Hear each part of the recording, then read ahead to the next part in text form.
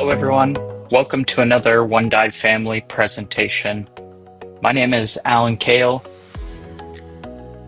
and I'm going to be presenting on facility reporting today. I'm really excited to give this presentation because it comes directly from the field. I had a facility approach me. They asked me to teach them to do more items in the system, and they wanted to learn about the various reports that we had and how to utilize those to get more business coming into the store. So briefly, a little bit about me. I've worked with the company for 7 years, going on 8 now. I've been in both the training and membership services and the business development departments. So as a result, I have a wide range of experience with domestic and our international customers. I work directly with the regional service centers around the world, and I consider myself kind of a bridge between the domestic US HQ staff and our international teams around the world. Main part of my success has simply been knowing the products that we have, and I want that same success for you. So it's really what this presentation is about. It's to show you the various reports that are in the system and give you some ideas on how to utilize those moving forward. I do have an agenda here. You'll see that I have an entire list here of reports that I'm going to show you. So if you're here for anything other than reporting, you're watching the wrong video. We're going to go through facility reports, e-learning codes, student e-learning reports, custom course list reports, and registration credit reports.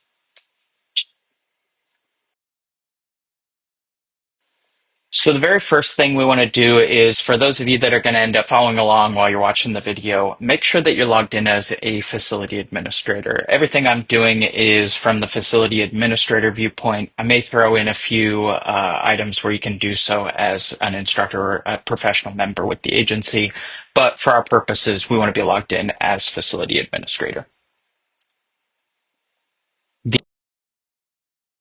The first step that you're going to want to do is click on Manage Facility on the left menu.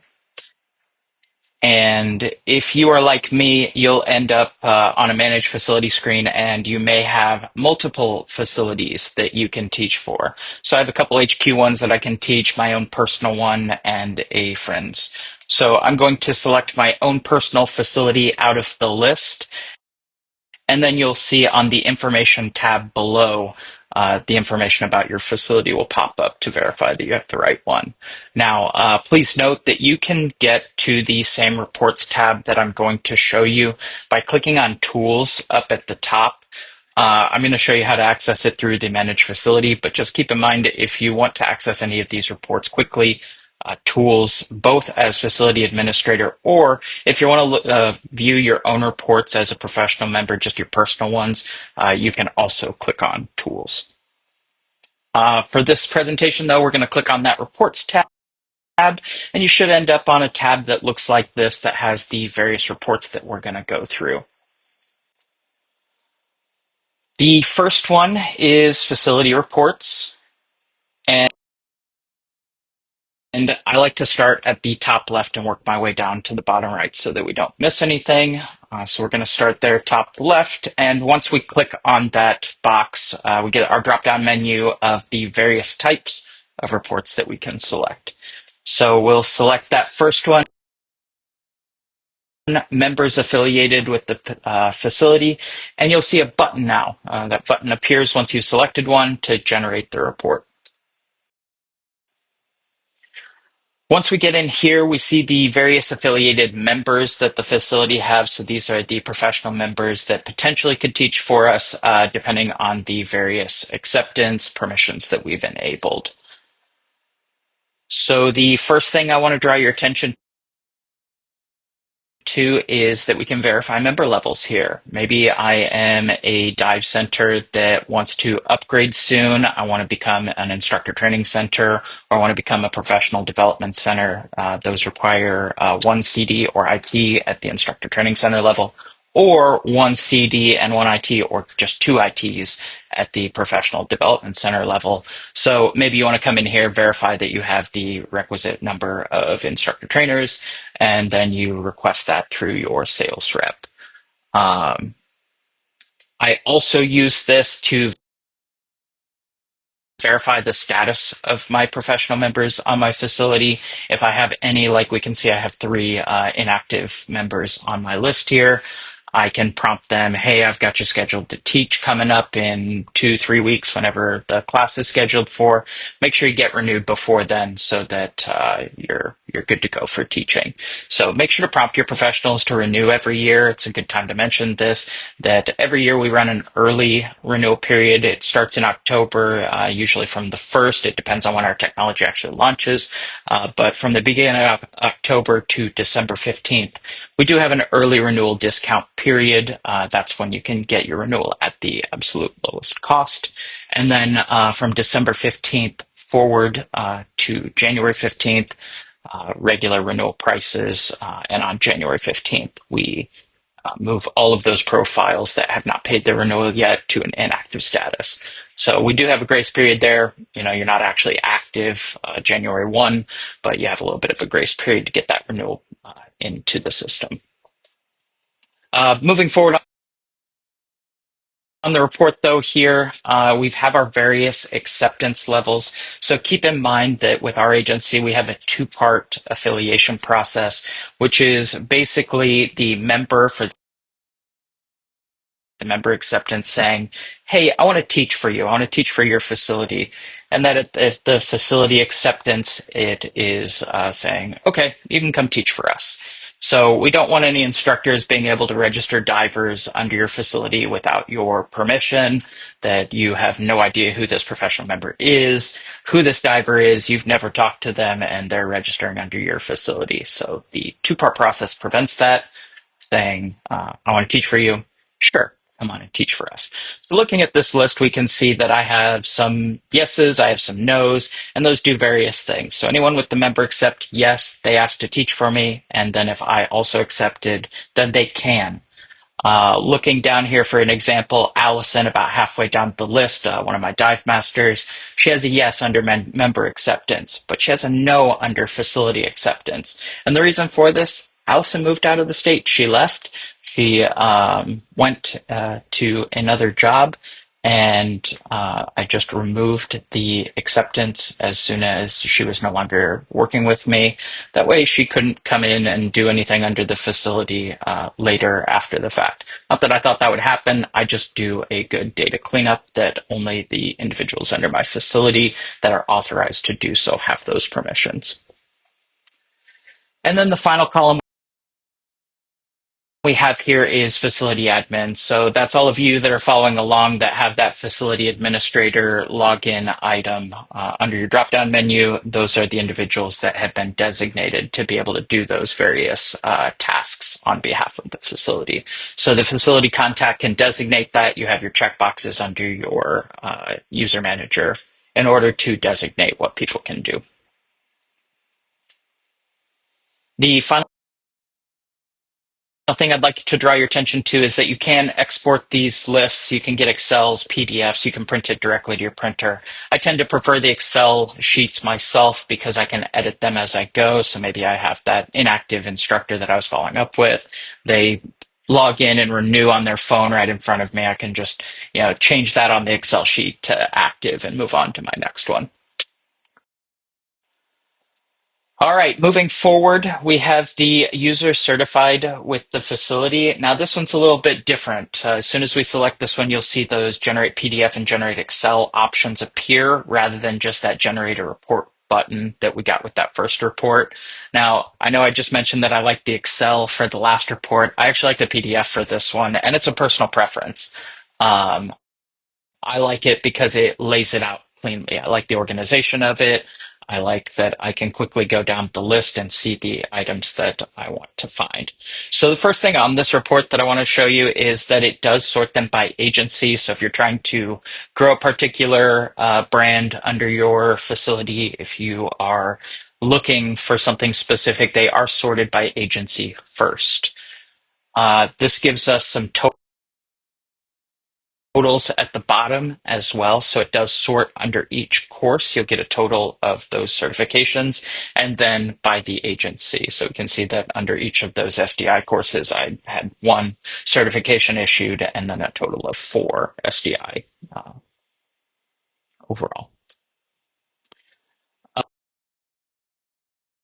We do have a column in here, excuse me, for whether or not they used e-learning or not. And I really like this. It's a new item that they had added to the reports at some time while I was employed here. And having where I can quickly check to see if my students used e-learning or not, it immediately causes me to ask more questions. So what can we answer here? Do you have instructors that are not pushing e-learning in their courses? And if so, why not? Are your students getting all the information they can about the course if they're not using all of the tools that are available to them? Keep in mind that our e-learning updates as we improve it. So as new technology comes out, as new understandings about how diving affects our bodies comes out, we update our materials periodically, and the students all get that updated e-learning as it comes out. So their course is constantly evolving, and I highly encourage you to always push e-learning if we have a course available for the course. Now, what it's doing is checking their profile to say, okay, they took open water. Do they have an open water e-learning in their profile? The answer is yes, they have both of those. It populates it in that column. All right, the next one that we will generate here is the users certified with the facility by year. This one's really nice if you want to get a good 1,000-foot view of what's going on year to year with the facility, because it gives you a total at the bottom. So we can see that under my facility, I had a good year in 2022. I taught a total of 4 students. I was really, really working hard there. But then in 23, I dropped to 1, 24, same thing. I had 1, and 25, and I'm just having a really bad year. I'm not teaching. So if I were a sales rep, if I were working in the field, this would be a conversation. I'd come in, check with the facility. How are things going? What do you got going on? Are you having troubles with students walking in? We'd go through the whole conversation to try to find some ways in order to drive business back into the store.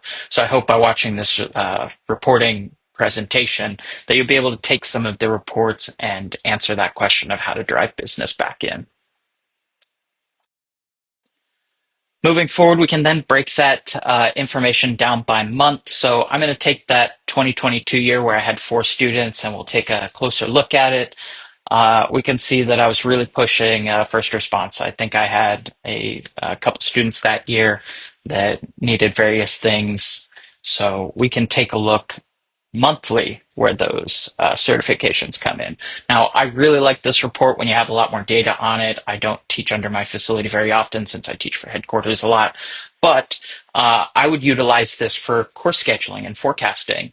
When do you teach various types of courses based on your historical data? Do you have people coming in for computer nitrox, in one part of the year versus they're coming in for first aid training at another time of year when the waters are rough and they don't want to go out on the boat?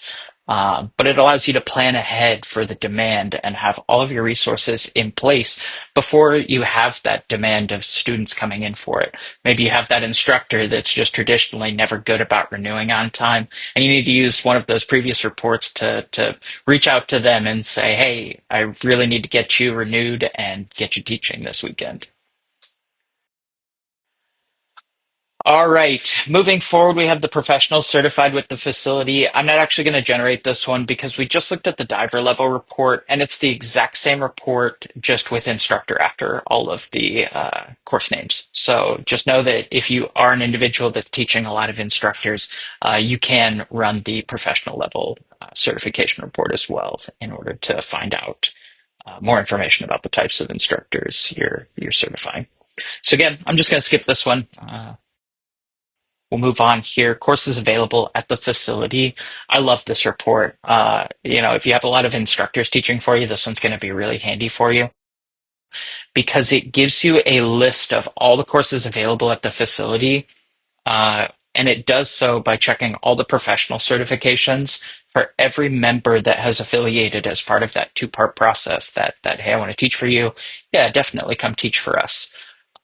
So you can export this as Excel or PDF. You can sort it by the agency or course name, or if you take a look at that top right section there, you'll see a search box. So if you're looking to see if you can offer a particular type of training, you can absolutely utilize this list to see if you have a professional that's available to do that. The facility contact list This is a really nice one for getting contact lists for all of the affiliated divers under your facility. So a diver level affiliation can be as simple as them redeeming an e-learning code through your facility. They could have received a certification through you for a different course. Or if they looked up your facility in the facility locator and manually chose to affiliate with your shop. Maybe you talked to them about doing that because they were coming from another shop. Either way, that diver level affiliation causes them to show up on this contact list report. So I ask, how can we use this report to drive business back into the shop? Well, notice that one of the columns here is birthday. And if you're like me, everyone loves to feel special on their birthday. It's the single day that is solely meant for us. Everyone celebrates, gives you gifts, hopefully. But you can reach out. You can give them a gift. Reach out to them and send them a coupon on their birthday. Give them hey, here's 15% off on the store for your birthday. Come in. Let's talk about your next level of training. SDI has been really successful with putting the customer first. And by customer, I mean you guys, making you feel like part of the family, giving you the tools for success, because we feel that when we just set you guys up for success, the agency is going to succeed as a result. Well, you can have that same success by making your divers feel like part of your family, bringing them in, sending them those things on their birthday, and again, just making them feel like part of a family. The facility report card, it's the last one in this list. It's another one that I really like because it was built by feedback from the field. It was built by our sales reps that were walking into dive centers. They wanted a quick report that they could generate before they were going into those shops. They could get a quick overview of what was going on, and it gave them some talking points so that they could help those facilities in order to grow and improve. So taking a look at this one, first thing on here I want to draw your attention to is your facility number. So right there by the name of the facility in bold at the top left, we see my facility number. These all start with 100. So when you're calling into HQ, they're going to ask you for your facility number when you're doing orders, or you're having any kind of problems, or you want them to look something up. First thing they'll ask, hey, do you know your facility number? So you can get that off of this report card. If you don't know it already, memorize it. If you can't remember all the digits, no worries. Like I said, they all start with 100, so you really just need those last four. Moving down, we can see that I am the facility contact for this facility, that the facility is active. I am at the price level of Professional Center 5, so I have the highest buying level. For those of you that want to know, hey, how do I get better buying levels? You talk to your sales rep. So every year, our sales reps do a review of performances of those facilities for the end of the year. That's when we tend to do that.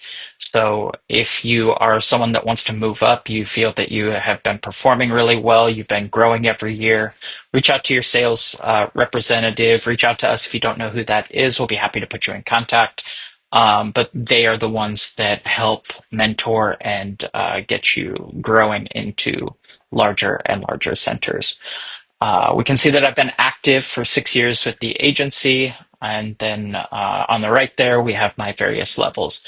While I do have enough instructor trainers to be listed as a professional development center, I don't have a physical location. I teach out of my truck. I tend to teach one-on-one more than anything, so I will always be a training facility by the designation indicated. Moving down the list, we see our affiliated instructors. I really love this data because it allows me to mentor my professionals that I have working with me. So much of the same way how the agency and the sales reps are mentoring the facilities and helping them to grow into bigger and better things, the facility should be doing the same thing with the instructors that are working there. So I will take a look here at that first column. We can see the student certified with the total with the facility, so overall time. We're going to look at Brian Carney here. He has certified 134 students with my facility here. But looking to the right there, we see that year to date, so YTD is year to date, he has not certified anyone. So as I'm having those mentorship conversations with Brian, as I'm sitting down talking to him, we're going to have a conversation about how I really need him teaching more. That we're shrinking, as you saw from my earlier report. 2022, 23, 24, 25. I've been just teaching less and less and less students. So, hey, Brian, I really need to get more students coming into the shop. I really need you selling more e-learning, and I really need you teaching. It allows me to have those kind of frank conversations where we get people moving. Further down the list, we get a breakdown year to year. So I can get total certifications here. Now, my numbers may look really odd since we saw earlier that I had such low numbers, but now we've got in the thousands. I grabbed one of our one of our testing facilities in order to get this data so that you could actually see some benefit here. So we see the total certifications year to year. You'll see the difference between 23 and 24. But the real nice data there is that we give you a percentage of change from the previous year. So you can see in 23 that I had an 82% drop from the year before that. Really bad. I would not be happy seeing 82% drop. But then 24, we see 18% growth. So we turned the ship around. We were able to get back on track, and we are back growing. Moving forward, we can break that down even further. We can see the breakdown of certifications by agency and then that percentage again. Now, I utilize this data to know where to put my efforts in. Where am I making my money? Am I going to waste a lot of time trying to push an ERDI course when I could push an SDI course during that same time period and make a lot more money? The answer for me is I teach ERDI, so I'm definitely going to hesitate and have to analyze that further. But know where your efforts are. Know that you're going to get the return on investment that you expect, and you can utilize some of these reports to determine that. Looking at this, I can see I've already diversified my business a little bit because 23, I had 88% of my students coming through SDI, but in 24, only 84% of them are coming through SDI. So I've diversified it a little bit. And I know that my screenshot is cut off, but I can infer that I probably moved a lot of those students into first response, that I had been putting efforts in to grow the first response students during my off season when I couldn't teach scuba diving anyway.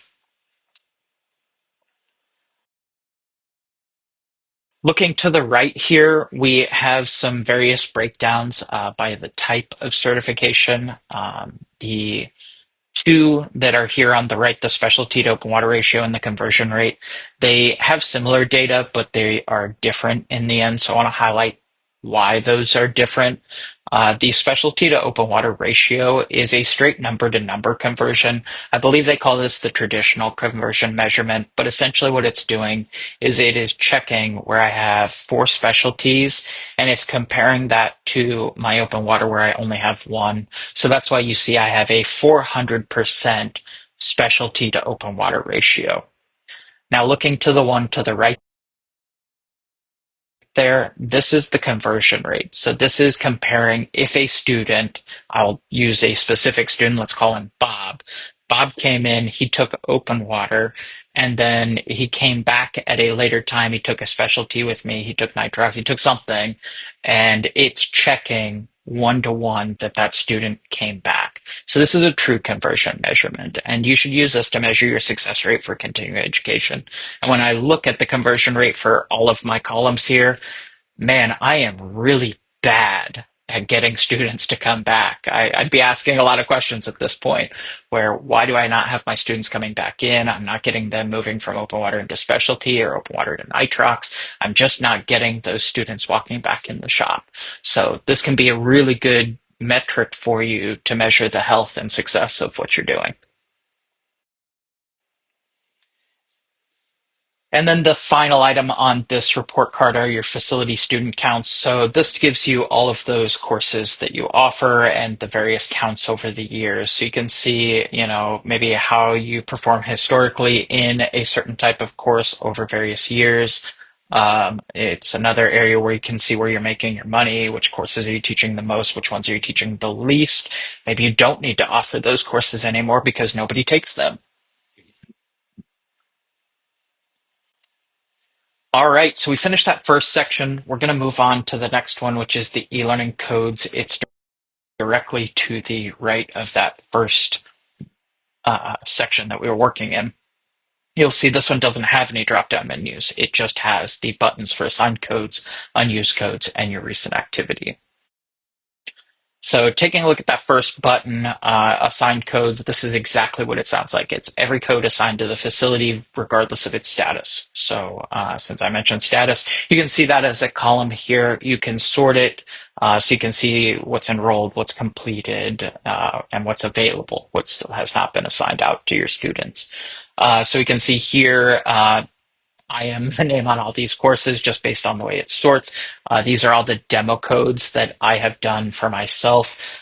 You can request demo codes from your regional office or HQ at any time for any course that you can teach. So I have gone through all the courses, or I'm going through all the courses for any of those that you see that are enrolled still. I'm working my way through that so that I see exactly what my students see. I want to be able to talk to them with experience that I've been through the same e-learning course that they have. I have the same information in front of me that they have. And that makes me a better professional member as a result because I can talk from a position of experience. So if at any time any of you want to get those codes, reach out to us, ask us. I need an intro to tech, a deep, a CCR, underwater nav. Give us a list of what you need, and we'll get you taken care of so that you are giving your students your best. The next section is unused codes. Now, I have blocked off the code from this one, unlike that last one. I do have a lot of friends that would mess with me and rob my facility of all of my unused codes to where I'd have to buy more. So I'm just preventing those jokers out there that would do that. So you do have the code column. You can see all of those unused codes. You can see when those were purchased as well as the course. And while it's a little redundant, there is a status column there. They should all be unused on this list, though. And then finally, you have recent activities. So the recent activity displays the last 30 days of activity. We can see that I built this presentation back in April when I was asked to do this presentation with that facility that asked to learn more about the reporting. We can see here these students have signed up for the course, but they have not completed that e-learning. So I may use this to reach out to those students and say, hey, Jeremy, we've got our ERDI 1 class coming up. It's in 2 weeks. I see that you signed up, but you haven't completed. How you doing on it? Is there anything I can do to help? Really just making sure that you have this done before training starts. That being said, I think there's another report that's going to help us out. We can take a look at those signups. We can see that Jeremy didn't complete his e-learning. So we're going to move on to the student e-learning reports section. And using this section, I can see the reports of my various students. So I'll grab Kate. I know I mentioned Jeremy a minute ago, but I'll grab Kate here for her computer nitrox diver course. And when we generate that report, we can see all the information on how she performed on her various quizzes and the final exam. For those of you that maybe haven't used these reports before, definitely check out this section. It allows you to structure your course to the areas where they struggled. Instead of talking for 30 minutes on a topic that they breezed through with no issues through the e-learning, you can structure it towards something that maybe they struggled in and you need to put extra effort into the math or something like that. One thing that I do want to mention is that you can see any student report if they are affiliated with your facility, even if you were not the original facility to issue that e-learning to them. So maybe you have a student coming to from another facility. They were unable to complete the training with them. They're coming over to you guys to complete. The first thing that I have all of my students do is go in and manually affiliate with my facility. That way, once they have done so, they will show up in that drop-down menu of your affiliated members. You can grab their name, and then there's a student report from there. No more waiting for them to print it and bring it in the day that you're gonna do that training. You can just have them affiliate. You can review that, and then you can structure your training and get ready for being a little bit more proactive rather than reactive when they're handing them to you. Custom course lists. I'll be honest, I didn't know what this one did originally. I'm sure that I learned it at one point, but I hadn't used it in a long time. So as a facility administrator, as I was digging into this, I'm like, oh, well, this one's kind of cool. And that's that bottom left report in the reports section. Um, Essentially, what you end up doing is you select a course. It has an optional field for a date range, which I think is very beneficial for this report, but it allows me to run every, in this case, computer nitrox student that I had done, and I can limit that to a particular date range. So I could use this to, run my open water courses that I've ran for the last 6 months and do my advertising, reach out to all of those students and say, hey, how was that experience with open water? You got your first, breathing done underwater. Let's get you into that next level course. Let's get you into computer nitrox, or let's get you into advanced adventure and find out what kind of specialties you're interested in. Utilize these to get those students walking back in the shop. You saw the reports on how bad I am at continuing education. Utilize these in order to get those numbers to grow, get those students walking back in. They already came to you once, they've already spent their money with you once, and as long as they had a good experience with you, why wouldn't they come back? Maybe they're just waiting on a little bit more information on what those next steps are. The registration credit reports. This report here is the one in the bottom right. This will allow you to see the available, used, and purchased options in that drop-down menu. The date range for this one is not optional. You'll see left optional, right not optional. You have to put a date range in. But what this does is it will show us that first option, available credits. These are all the credits that I have available under my facility. Um, they can be used by any professional that the facility designates can use certification credits. So when you get into those affiliations under your user manager, you'll see a checkbox that they can use credits on behalf of the facility.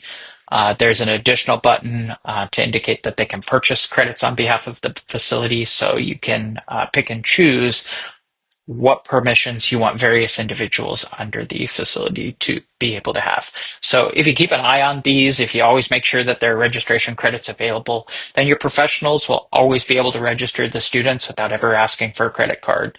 I know that when I first started working for the agency, one of the biggest struggles that dive centers had was that they always had to be available. They always had to have their credit card available. They always had to be ready to run the credit card, to register the divers, to purchase e-learning, to do the various things. Well, we've given you tools so that you can be ahead of the game, and your professionals shouldn't need to come to you to ask for a credit card.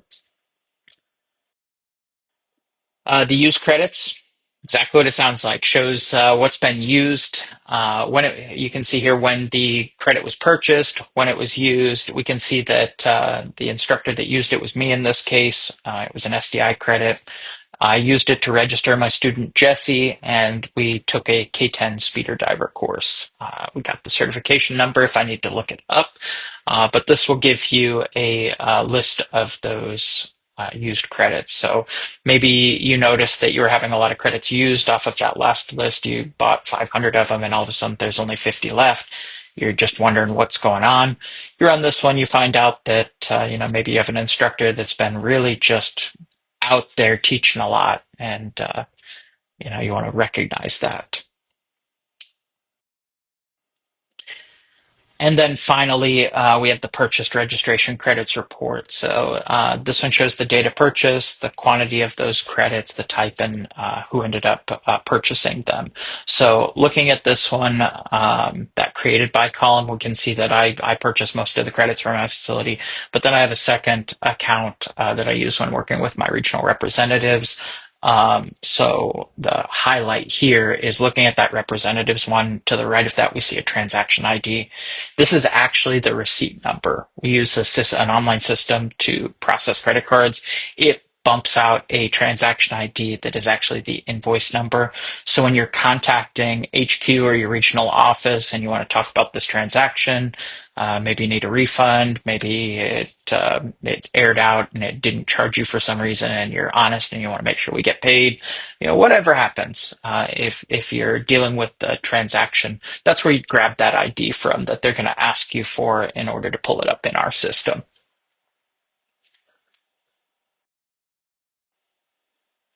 And with that, I know I can't get any questions from you because this is a recording, but what I do want to do is leave you my contact information. Again, my name is Alan Kale. I'm the Director of Global Service Centers. My email is the one in the top there. However, I've also included our customer service channel, which gets any of our customer service team here at HQ.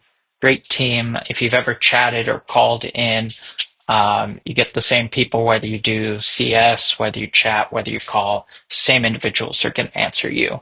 And then finally, for all of you out there that are international outside of the US, you can go to tdisdi.com/contact, type in your country there, and it will pull up your regional office if you are not aware of who that is.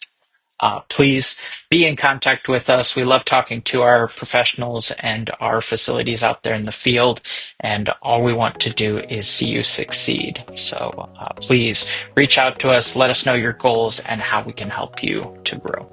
Thank you so much.